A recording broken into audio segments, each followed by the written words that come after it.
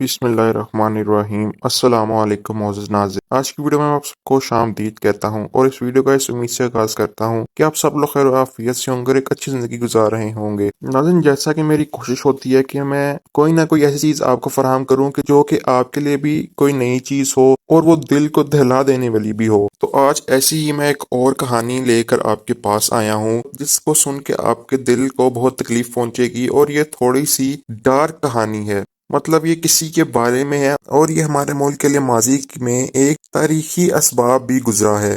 तो नाज़रीन, मैं आपको बताने जा रहा हूँ कि जावेद इकबाल मुगल कौन था और इसे पाकिस्तानी सीरियल किलर और पेडिस्ट क्यों कहा जाता है और इसमें कितनी हद तक सच्चाई है और क्या ये मनगढ़ंत कहानियां बनाई गई हैं या कोई वाकई ऐसा माजी में वाकया पेश आया था। तो आइए इस वीडियो में इस सवाल का जवाब ढूंढेंगे। तो वीडियो शुरू करने से पहले मैं आप सबसे यही गुजारिश करूंगा, इस वीडियो को एंड तक लाजमी देखिएगा और अगर वीडियो पसंद आए तो वीडियो को लाइक करके चैनल को सब्सक्राइब भी जरूर कीजिएगा।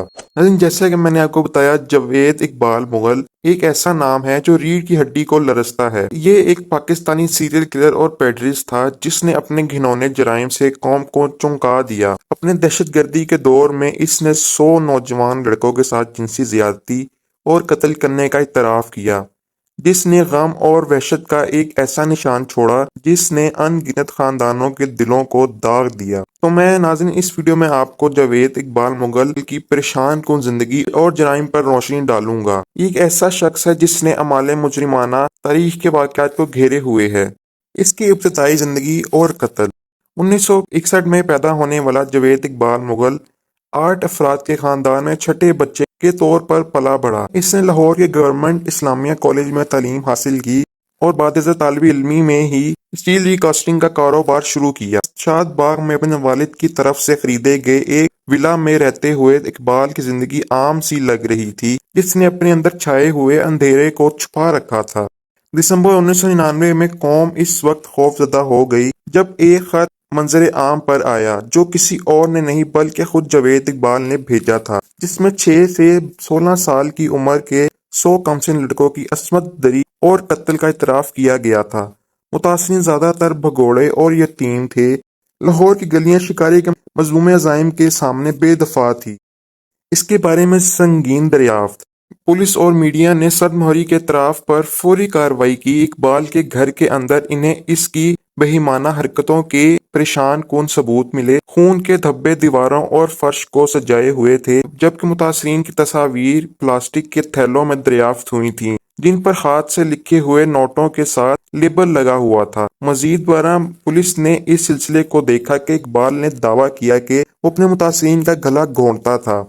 इससे भी ज्यादा खौफनाक तेजाब के 2 वार्ड्स थे जिनमें जज़वी तौर पर तहलील शुदा इंसानी बाकियात खुले में छोड़े गए थे। इसके साथ एक नोट भी था जिसमें दावा किया गया था कि लाशों को जानबूझकर ठिकाने नहीं लगाया गया ताकि यकीनी बनाया जा सके कि हुकाम इन्हें तलाश कर सकते हैं। तो नाज़रीन, इसके कामों में पेश गोई और बेहिसी की सतह ने पूरी कौम को सदमा पहुंचा दिया था।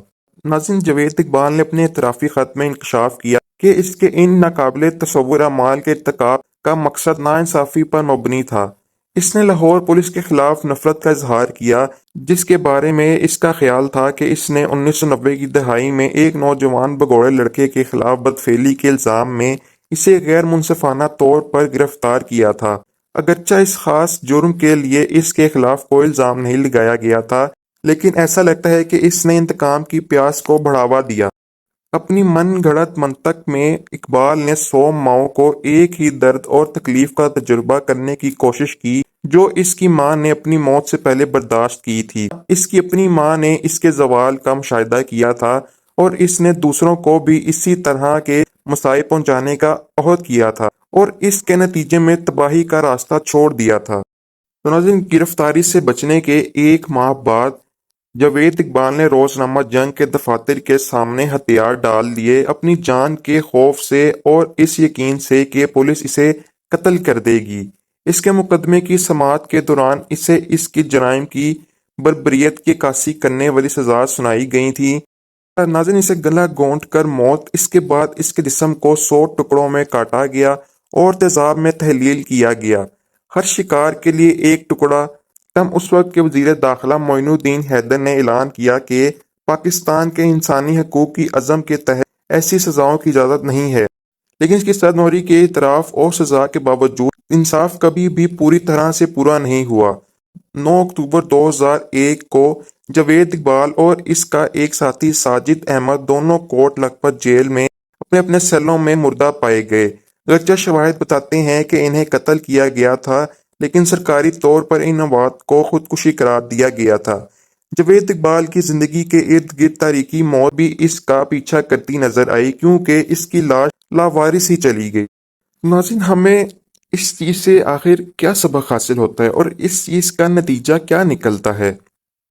جاوید اقبال مغل کی دل خراش کہانی انسانی پستی کی گہرائیوں کی تلخ یاد دہانی کا کام کرتی ہے۔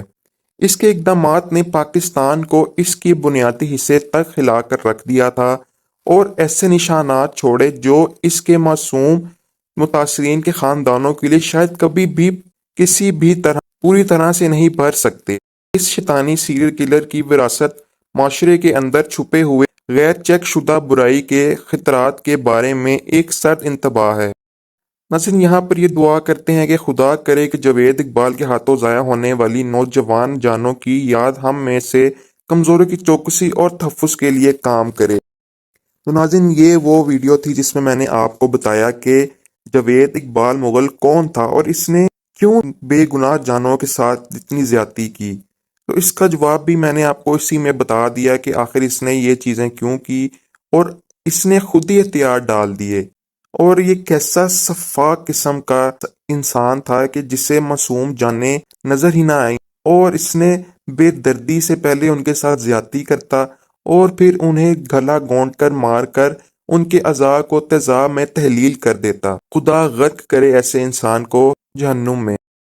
اور دعا کرتے ہیں جن جانوں کو اس نے پامال کیا اور جن خاندانوں کو اس نے برباد کیا، اللہ ان کو ہمیشہ کے لیے صبر جمیل عطا فرمائے، آمین۔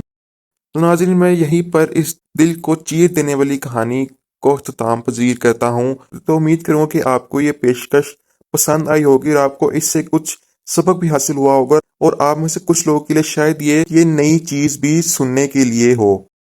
تو آپ سے ہی گزارش کروں کہ اس ویڈیو کو لائک ضرور کیجیے گا، چینل پر نئے ہیں تو چینل کو سبسکرائب کر کے بیل آئیکن کے بٹن کو ضرور پریس کریے گا تاکہ ہر نئے آنے والی ویڈیو کا نوٹیفیکیشن آپ تک پہنچ سکے، اور کمنٹ سیکشن میں اپنی رائے کا اظہار بھی ضرور دیا کریں اور بتایا کریں کہ آپ کو ہماری ویڈیوز کیسی لگتی ہیں، اور یہ بھی بتایا کریں کہ آپ آگے کس کس موضوعات پر ویڈیوز دیکھنا چاہتے ہیں۔ پھر ملیں گے کسی اگلی تاریخی، تحقیقی اور معلوماتی ویڈیو کے ساتھ۔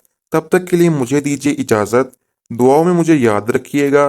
اللہ حافظ۔